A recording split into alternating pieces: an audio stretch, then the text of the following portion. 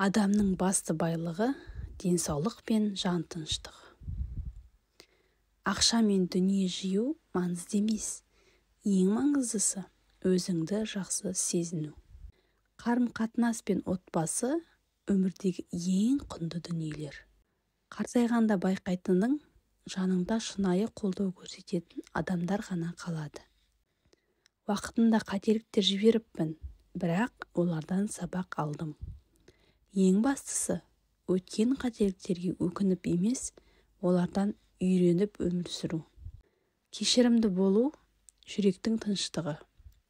Өмірде ренжітулер болады, бірақ кешіре білсең, жан дүниең жеңілдейді. Өткенге өкініш білдірудің қажеті жоқ.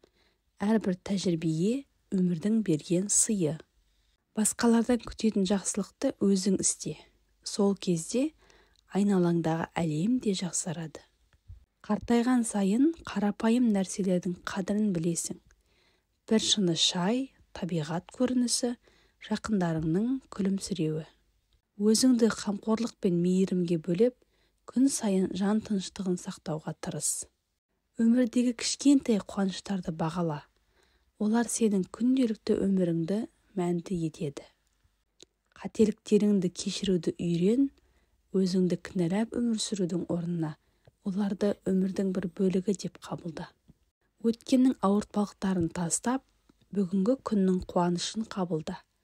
Өмірде тек қазіргі сәт маңызды. Өзіңнің ішкі дауысыңды тыңдап, жүрегіңнің айтқанына құлақ ас. Жасың ұлғайса да, арман мен мақсаттарды жүзеге асыруға ешқашан кеш емес. Адам өмірінің мәні қарым-қатынас, мейірімділік пен достықта.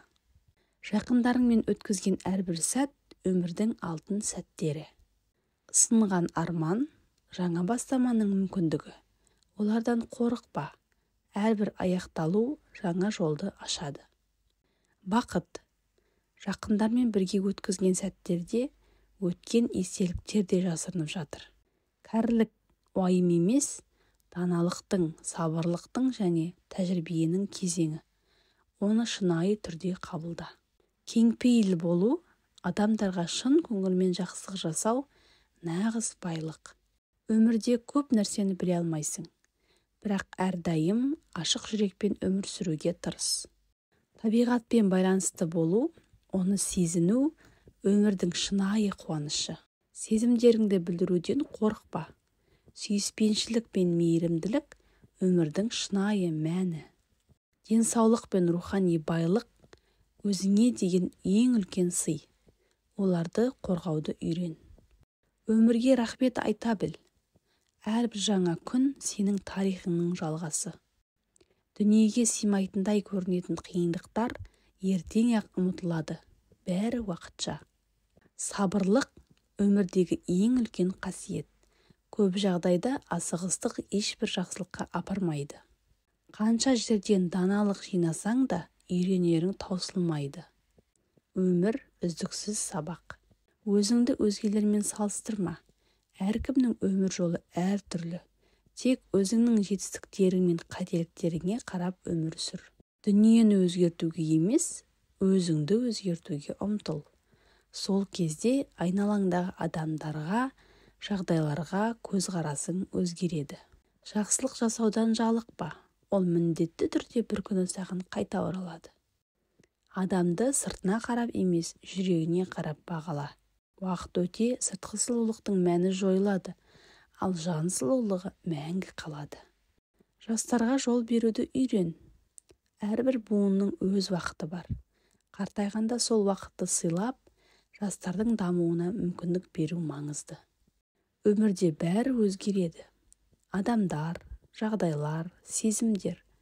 Тек өзгеріске қарсы тұру емес, оны қабылдай білу керек. Көбірек күл, аз ренжі. Өмірдегі ұсақ түйекке мән бермеуді үйренсең, өмірдің жеңілдеу болатынын байқайсың. Шүкір етуді ұмытпа. Қандай жағдай болмасын, сенің қолыңда бар нәрселер үшін әрқашан риза бол. Көп нәрсені біліп, аз сөйле. Даналықтың белгісі сөзді үнемдеп, қажет жерде ғана айту. Қартайған сайын естеліктер қымбат бола түседі. Сол себепті әрбір сәтті есте қаларлықтай етіп өткізуге тырыс. Өткенге өкінішпен қарау бос әурешілік. Өткенді өзгерте алмайсың, тек бүгінгі күннің қадірін біл. Әрбір адамның өз тағдыры бар. Оны өзің қалағандай емес, сол тағдырдың жазуымен қабылдау керек.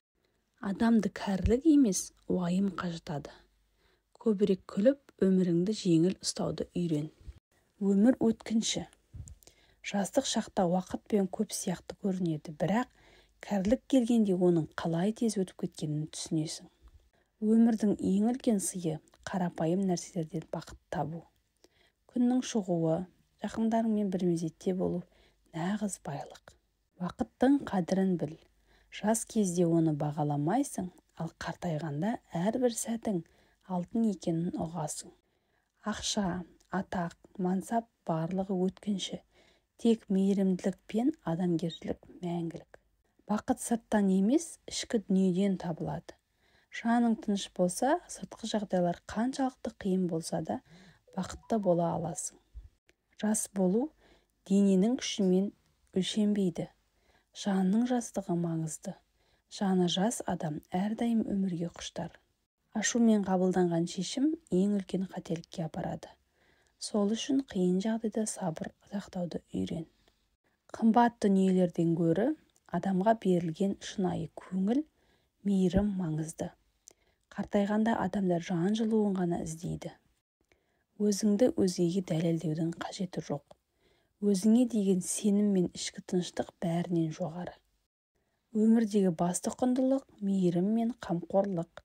Бұл қасиеттер қартайғанда саған еселеп қайтады.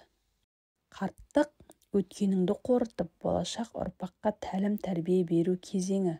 Жасаған ісің мен айтқан сөзің келер буынға үлгі болсын. Ешқашан тым кеш емес. Қартайғанда да жаңа нәрселерді үйренуге қызығушылық табуға болады. Өткеніңе ризашылықпен қарау нағыз бақыттың кілті. Өмірде болған жақсылықтарды еске алып, олардың қадірін білу керек. Қарттық өзіңмен көп уақыт өткізіп, ішкі әлеміңді тыңдайтын кезең. Уақыт ең үлкен байлық. Оны бекерге жұмсама, өзіңе және жақындарыңа арна. Денсаулық кәріліктегі ең үлкен құндылық. Сондықтан денең мен жаныңды жас кезден күтіп қамқор бол. Қателіктер өмірдің ажырамас бөлігі. Оларды мойындау рухани өсу мен кемелдікке жетудің белгісі. Өмірдегі кез келген нәрсені бақылауға алуға болмайды. Кейде ағынға ілесіп, тағдырға сену керек. Үлкен жетістіктерді емес, күнделікті кішкентай жеңістерді бағала. Олар сенің өміріңнің шынайы мәні болып табылады. Қарапайымдылық нағыз ұлылықтың белгісі. Қартайғанда соның маңызын түсінесің. Өмірде бәрі өткінші, тек шынайы жақсылық пен махаббат мәңгі қалады. Біреудің кемшілігін іздеуден гөрі жақсылығын көруге тырыс. Әрбір адам өмірге бір жақсылық әкелуге қабілетті. Өзіңде барға қанағат етсең, ешқашан бақытсыз болмайсың. Қанағат рухани байлықтың бастауы. Ең үлкен байлық тыныштық пен жан рахаты. Оларды іздеп табу кәріліктің ең басты мақсаты болуы мүмкін. Өзіңді өзгелермен салыстырма. Әр адамның өз жолы бар. Және сол жолдың өзіндік мәні бар. Жас кездегі арман мақсаттарыңды есіңе түсір. Олар сенің өмірге деген құштарлығыңды қайта жандыра алады. Ең бастысы жүрегіңнің жас қалуы. Адамды кәрілік емес, рухтың әлсіреуі қартайтады. Өмірдің әр кезеңі өз сыйын береді. Кәрілік даналықтың шыңы. Оны қабылдап, одан ләззат алуды үйрен. Сабыр мен төзім кәріліктің серіктері. Көп нәрсеге байсалдылықпен қарап, асықпай әрекет етуді үйрен. Адамдарды түсінуге тырыс, үкім шығаруға емес. Әр адамның өз өмірлік тарихы бар. Оны білмей тұрып, кінәлау әділетсіздік. Молшылық қуаныш әкелмейді. Шынайы бақыт қарапайым өмірдің өзінде. Жас кезіңде жақындарыңмен көбірек уақыт өткіз. Уақыт өтіп, олармен өткізген сәттерің тек естелікке айналады. Өзгелерге үнемі жақсылық ойла. Қызғаныш пен өшпенділік тек өзіңе зиянын тигізеді. Көп жылдар бойы жинаған білімің мен тәжірибеңді өзгелермен бөлісу адамгершіліктің көрінісі. Бала кезден армандайтын нәрселеріңді ұмытпа. Кәрілік келгенде арман мен мақсаттар болуы керек. Бақытты болу үшін көп нәрсе керек емес. Өзіңді барды қанағат тұтқан кезде ғана нағыз тыныштық жетесің. Өмірдің әрбір қиыншылығы сабақ. Одан үйренсең, өмірдің шындығын түсініп, даналығыңды арттырасың. Кішкентай нәрселерден бақыт табу кәріліктің ең үлкен даналығы. Олар сенің жан дүниеңе азық болады. Өмірден өткен естеліктердің бәрі сенің байлығың. Олар сенің жүрегіңде мәңгі қалады. Жақсы сөз айтып, адамдарды қуантуды үйрен. Жаныңдағыларға жылы сөз айту кәріліктің ең қарапайым, бірақ ең маңызды істерінің бірі. Құрметті оқырман, видео ұнаса, лайк басып, комментарий қалдыра кетіңіз. Және де каналымызға тіркеліп алуды ұмытпаңыз.